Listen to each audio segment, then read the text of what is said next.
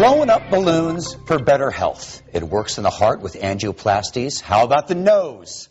37 million people get sinusitis each year. 20% of them require surgery, which traditionally means a lot of cutting.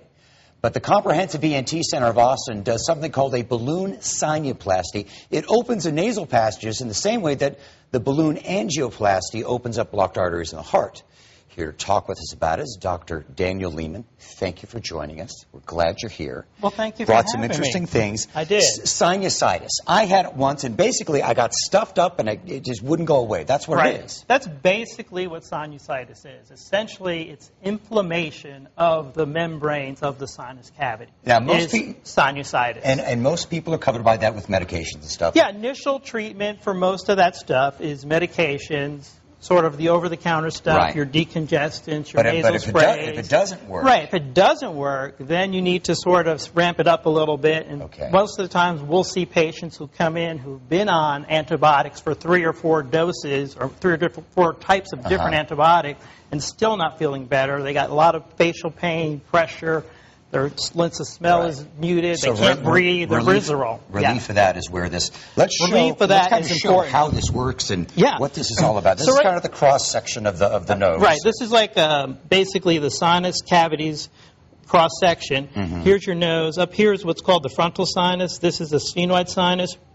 And on the side, not shown, is the maxillary sinuses. But in these sinus cavities, inflammation will basically block the sinus drainage passageway, so you will not be able for the mucus to drain out. So we have these tools which enable us to basically very gently go up into these openings into the nose, and then with minimal difficulty pass a balloon.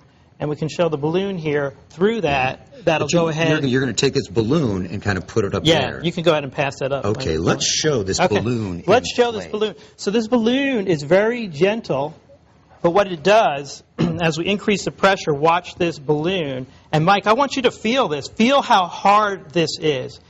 And we can crank this balloon up to about 14 atmospheres of pressure.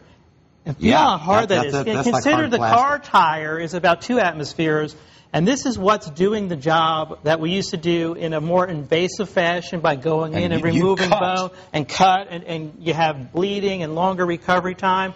But what the balloon procedure is so nice about, it's done in just a minimally invasive, quick recovery. Patients can get back to work in about a day or 2 with this procedure versus taking off the week or 2 weeks they need to recover from other types of sinus surgery. What's to stop what you need to open from closing back up again after you're done? That's a great question, and patients ask me that all the time. So the pressure on this balloon is enough to basically create microfractures in the bone. So it does remodel the bony anatomy, preventing restenosis and re-narrowing of those drainage passageways. So from that standpoint, you're not going to see restenosis or problems developing once we go in and do this procedure. So, I mean, this is going up your nose. This is going up your nose, but it's real flexible. This part's the only firm part, and that's the part that we inflate. That pressure is doing the work that we used to do with surgery, but we're just relying on this balloon. Very similar, like you mentioned in the intro, with angioplasty. Same sort of analogy where you had a blocked artery